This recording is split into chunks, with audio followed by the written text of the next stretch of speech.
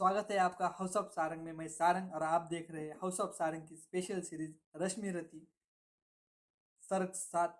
और भाग 1 में रश्मि रति के दिनकर जी लिखते हैं, रत सजा बेरिया घमक उठी गह गहा उठा अंबर विशाल, क्रुदा सय्यन पर गरज कर्ण जो उठे गर्जत को दाग्न काल, बज उठे रोर कर पट्ट कंबु उल्लसित वीर कर उठे हुए, लक्षित सागर सा चला करन लिए शुम्भ सन्निक समूह, अड़गार वृष्टि पा धड़क उठे जिस तरह शुष्क कानन का तृण, सकता ना रोक शक्ति की गति पुंजित जैसे नवनीत मृसुन, यम के सक्षम जिस तरह नहीं चल पाता बुद्ध मनुष्य का वश, हो गई पांडवों की सेना त्यों ही बानों का विंद विवश, भागने लगे नरवीर छोड़ वह दिशा जिधर भी झुका करन, भागे जिस तरह लवा दर का सामने देख रोशन सुपर्ण, रण में क्यों आए आज लोग मन ही मन पछताते थे,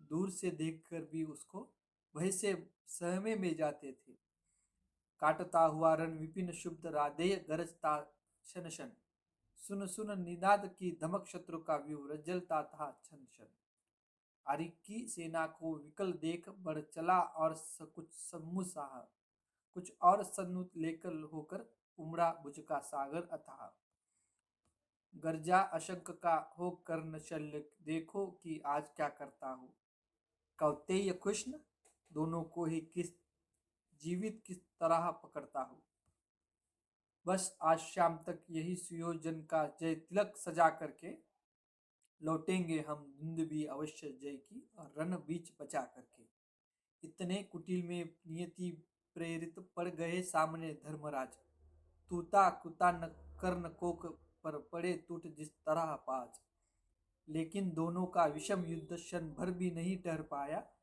सह सकी न गहरी चोट युधिष्ठिर की मुनि कल्प मृदुल काया, भाग भागे वे रण को छोड़ कर कर्ण झपट दौड़कर गहा गृह, कौतुक से बोला महाराज तुम तो निकले कोमल अति, हाँ भीरु नहीं कोमल कहकर ही जान बचाने देता हूँ, आगे की खातिर एक युक्ति भी सरल बताए देता हूँ, हे विप्र आप सीवीय धर्म तरु तले कहीं निर्जन वन में, क्या काम साधुओं का कहिए इस महाघोर घातक रन में, मत कभी शात्रता को धोके रन का प्रदाह झेला करिए, जाइए नहीं फिर कभी गरुड़ की झपटों से खेला करिए, भागे विपर्ण को समर छोड़ ग्लानी में लज्जित धर्मराज, सोचते कहेगा क्या मन में जाने यह शूरों का समाज, प्राण ही हरण करने के रहने क्या क्या हमारा मान दिया, आमरण ग्लानि सहने को ही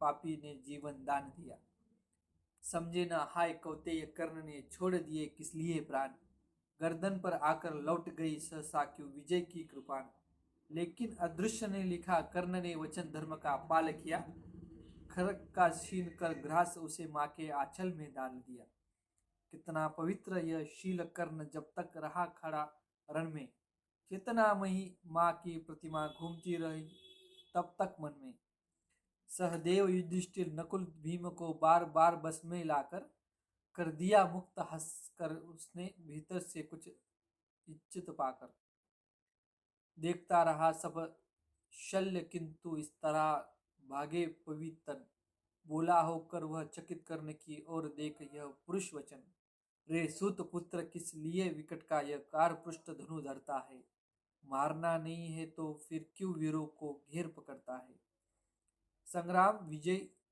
तू इस तरह संध्या तक आज करेगा क्या, मारेगा हरियों को उन्हें ही जीवन में स्वयं मरेगा क्या, रण का विचित्र यह खेल मुझे समझ नहीं कुछ पड़ता है, कायर अवश्य कर याद पार्थ की तू मन ही मन डरता है, हंसकर बोला राधेय शल्य पार्थ की भीति उसको होंगी, शनमान शनिक भंगुर शरीर पर मूषा जिसकी प्रीति होंगी, इस 4 दिन के जीवन में मैं तो कुछ नहीं समझता हूँ, करता हूँ वही सदा जिसको भीतर से सही समझता हूँ, पर ग्रास छीन अतिशय बुभुक्षण अपने इन बाणों के मुख से होकर प्रसन्न हंस देता हो, संचर किस अंतर के सुख से।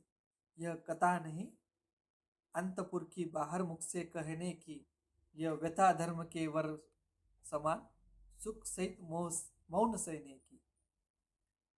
सब आंख मूंद कर लड़ते हैं इस जय इसी लोक में पाने को, पर कर्ण जुझता है कोई ऊंचा सधर्म निभाने को। सबके सम्मित पकिल शर में मेरे भी चरण पड़ेंगे क्या, ये लोग मृतिकामय जग में आत्मा का तेज हरेंगे क्या।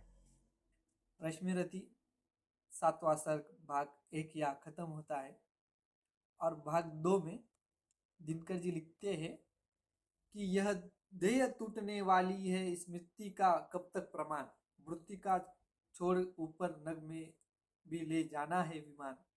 कुछ जुटा रहा सामान कमंडल में सोपान बनाने को, ये 4 फूल फेंके मैंने ऊपर की राह सजाने को। ये 4 फूल है मोल किन्नी कायर नैनों का पानी के, ये 4 फूल प्रसन्न ध्यान है किसी महाबरदानी के। ये 4 फूल मेरा अष्टुष्ट था कभी जिनका कामी, ये 4 फूल पाकर प्रसन्न होंगे अंतर्यामी। समझोगे नहीं शल्य इसको क्या करतब नादानों का है, यह खेल जीत से बड़े किसी मकसद के दीवानों का है। जानते स्वाद इसका ही वे जो सूरा स्वप्न का पीते हैं, दुनिया में रहकर भी दुनिया से अलग खड़े जो जीते हैं। समझाना सत्य की शल्य इसे बोला प्रहलाद यह बंद करो। हिम्मत है तो करो समर, बल हो तो अपना धनुष्य धरो। लो वह देखो वानरी ध्वजा से दिखाई पड़ती है, पार्थ के महारथ की घर घर आवाज सुनाई पड़ती है। क्या वेगवान है अश्व देख विदुर समझाई जाती है, आगे सेना छट रही घटा पीछे छाई जाती है। राधे काल का यह पहुंच गया, शासक संधान तृण करो। थे विकल सदा हित जिसके हित वह लालसा समर की पूर्ण करो।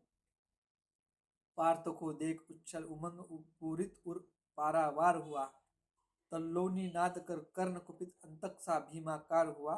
बोला विधि ने जिस हेतु पार्थ हम दोनों का निर्माण किया, जिसलिए प्रकृति का अनल तत्व हम दोनों ने पान किया,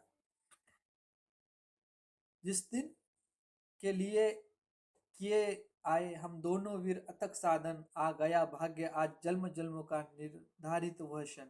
आओ हम शीश दोनों विशिक वही पूजित हो जय जयकार करे, मम छेदन से एक तुझे को जी भर सत्कार करे। पर सावधान इस मिलन बिंदु से अलग नहीं होना होगा, हम दोनों को किसी एक को ही आज यही सोना होगा। हो गया बड़ा अतिकाल आज निर्णय अंतिम कर लेना है, शत्रु का कि अपना मस्तक काट कर यही धर देना है। कर्ण का देख यह दर्प पातक का दहक उठा रविकांत हृदय, बोला रे सारथी पुत्र किया तूने सत्य ही योग्य निर्णय। पर कौन रहेगा यहाँ बात यह अभी बताए देता हूँ, धड़ से तेरा शीश मोड़ ले अभी हटाए देता हूँ। यह कह कर अर्जुन ने तान कान तक धनुष बाण संधान किया, अपने जानते विपक्षी को हते ही उसने अनुमान किया।